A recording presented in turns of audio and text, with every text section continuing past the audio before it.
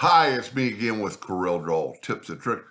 Uh, for the last almost all day yesterday, I was emailing this person, and finally they got to. I asked them to send me a file. They did because they were saying they're drawing a box, and they're not using the rectangle tool, and it doesn't. It does something weird, and I'm going like, well, I draw a rectangle, and it doesn't. I mean, it's not perfect, but it doesn't draw a curved line. And kept talking about a curved line. And then this morning they sent an email that they're using the B-spline tool. And that's one of the reasons I don't really ever use besides the bottom one and the top two, I don't ever use the B-spline. There's a reason for this tool. I just don't draw that much with it.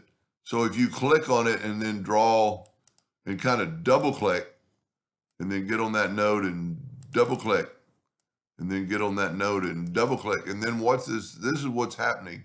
So I'm going to double click.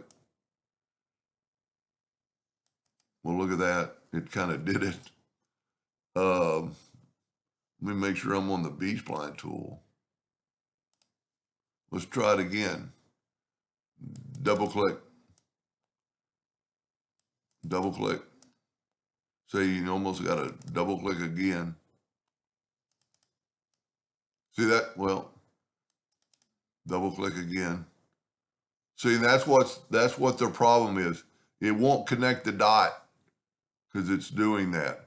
Well, particularly don't draw with that tool is my only suggestion. I don't know. I know the B-spline tool is probably a good tool for drawing, but if you will draw with your 2-point line, and everybody should know this. This is 2 points, and if you hold down your control button, that line is perpendicular. That line is perpendicular. Now, we don't know how long that other line is, but you're pretty close, and then you could take your shape tool and close that line and just hold down your control button. Control button limits the action, so you could be off a little bit, but it'll be off 15 degrees or whatever you have your set.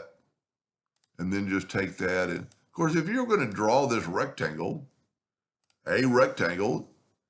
or even, okay, let's say I'm completely wrong and they want to draw this rectangle with those rounded corners is maybe what I'm missing here. So let's just draw a rectangle. And then let's go to arrange and convert it to a curve. And let's say we want all of them to be a little bit rounded corners. We're going to grab all 4 nodes and we're going to go to Windows, Dockers, Corners, and we're going to round them off like, well, it shouldn't be more than, well, that's 0.5. That's too much. Let's go 0.2. And a lot of times when you go too far, you've got to go back. And see, there's 0.2 rounded corner. Maybe that's what the effect they're trying to get. So maybe just go to that. But I'm finally glad I talked her into send me a file and this is a great way. She did a great job on letting me know what's going on. I just don't use that tool enough. Anyway, I hope that helped a little bit. Thank you for watching.